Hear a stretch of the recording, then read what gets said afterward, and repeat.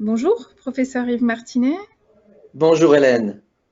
Alors, vous êtes président du comité d'éthique du CHRU de Nancy. À ce titre, est-ce que vous pouvez nous expliquer ce qu'est pour vous la casuistique? Alors merci de me poser cette question. La casuistique, finalement, c'est une stratégie, une technique que nous utilisons pour nos cas cliniques d'éthique au lit du malade. En fait, il s'agit à partir d'un cas bien particulier, d'un patient dans son environnement, à la fois d'essayer d'appliquer à ce cas les grands principes de l'éthique clinique, mais aussi à partir du cas de nous faire réfléchir sur ces grands principes. Donc c'est une base pratique au lit du malade de réflexion sur les grands principes qui s'appliquent à la prise en charge d'un patient. D'accord, donc on est bien sur le terrain et pas du tout dans des pensées théoriques et conceptuelles. Vous avez parfaitement raison, on est dans le pratico-pratique, rendre service, aider les équipes soignantes à réfléchir sur les dimensions éthiques qui se posent à partir de leurs patients. Est-ce que vous pourriez nous donner un exemple pour que ce soit encore plus concret pour nous?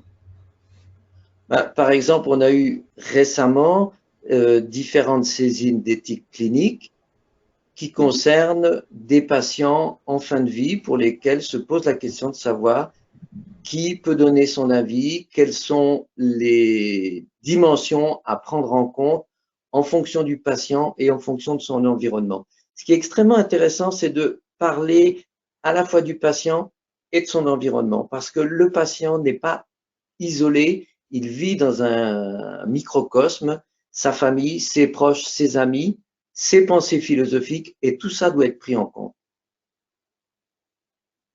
D'accord, donc finalement on peut dire que sans casuistique, il n'y a pas d'éthique? Alors, pour moi, il y a deux types de réflexion, d'approche de l'éthique. Vous avez l'approche qui est, par exemple, à l'échelon national du Comité consultatif national d'éthique, qui est, est-ce qu'on peut, à partir du moment où on connaît une technique, qu'on sait qu'on peut faire, est-ce qu'il est bon de faire ou est-ce qu'on ne doit pas faire? Mhm. L'autre approche, c'est l'approche vraiment au lit du malade, c'est l'éthique clinique, c'est face à cet enfant, face à cette patiente en fin de vie, qu'est-ce qu'on doit faire? C'est pas simple. Les équipes nous sollicitent parce qu'ils ont des tensions, des difficultés à prendre une décision. Et nous ne sommes pas là pour les aider à décider, mais nous sommes là pour mettre en perspective l'ensemble de leurs réflexions, qui souvent sont très riches, mais de les mettre en perspective à l'intérieur d'une structure, d'un raisonnement structuré sur les principes de l'éthique. Et j'imagine que ces deux types de réflexions éthiques sont complémentaires et que c'est permanent, il y a un échange permanent entre ces deux réflexions. Vous avez parfaitement raison, ce sont des allers-retours entre les grands principes d'éthique qui peuvent être discutés à l'échelon national ou qui peuvent être discutés par des philosophes un peu en chambre et la pratique clinique. Donc, ça, à la fois, ça monte et ça descend.